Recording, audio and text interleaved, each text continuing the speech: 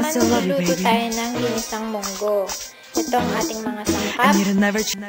Bawang, sibuyas, kamatis, luya, isang chilies. Ito optional tong ingredient na to. Kung gusto nyo maanghang, lagyan nyo ng chili. Kung ayaw nyo naman, dan wag nyo lang lagyan. Ito rin ay isang optional ingredient, siling verde. Gagamitan din natin ng spinach. Itong baboy, ganito lang yung cut. Yan. Yan. Chop na shrimps. Ayan. Slice ko ng maliliit. Tapos timpla natin ay anchovies. Ayan, bagoong at patis. Pwede ring patis lang.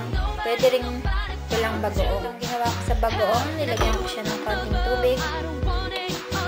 Yan, para lumabas yung katas ng mga isda. Pero itong mga isda, hindi natin ilalagay. Sasalain natin. So, kailangan din natin ng oil sa pagluluto, sa pagigisa. So, ayan, nagpapainit na ako nitong ating kaldero. So, ayan, papakita ko yung napakuloan kong munggo.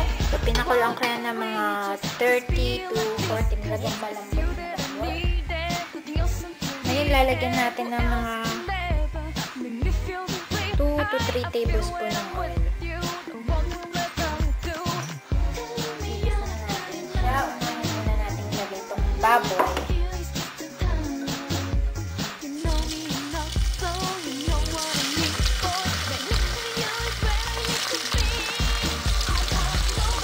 Igisa natin itong ating baboy.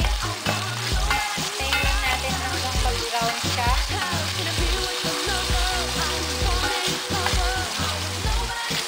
Then, lalagyan na natin ang ating garlic.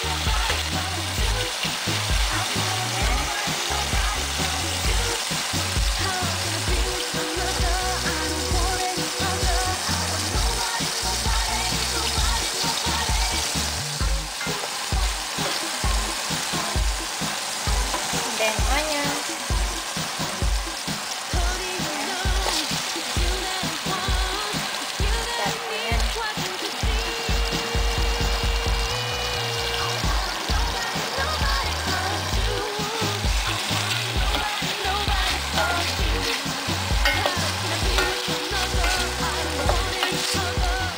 Then, lalagyan na natin yung ating ginger.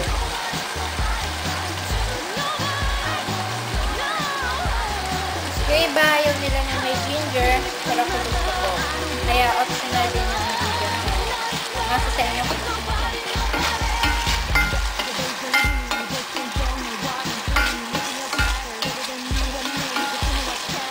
Ito ang ating kamatis.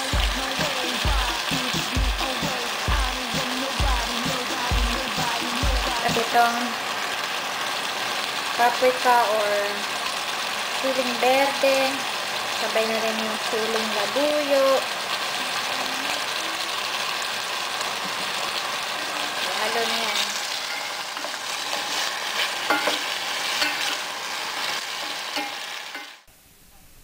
At ito pwede na rin natin sunod yung mga hipon.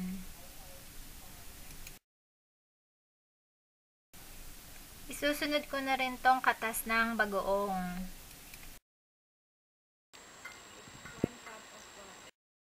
Kung nakikita nyo, tinira ko yung mga isda kasi hindi na kailangan isama yan. Kailangan lang muna nating igisa ito at mamaya lalagyan ko ng mga 2 taso ng tubig at pakukuluan.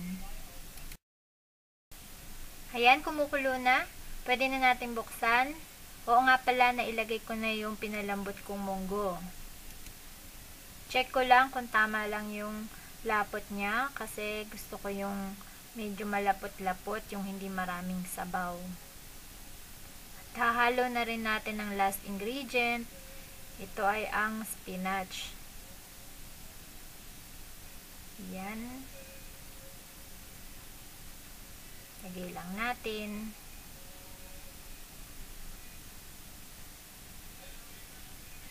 Okay. Ayan, iniilalim ko lang yung mga spinach. Tinatay ko na nga rin pala yung apoy o yung kalan.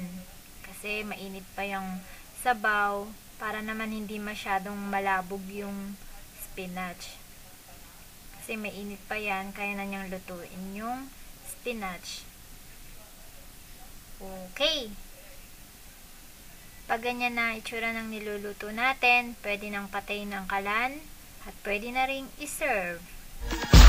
I want nobody but you.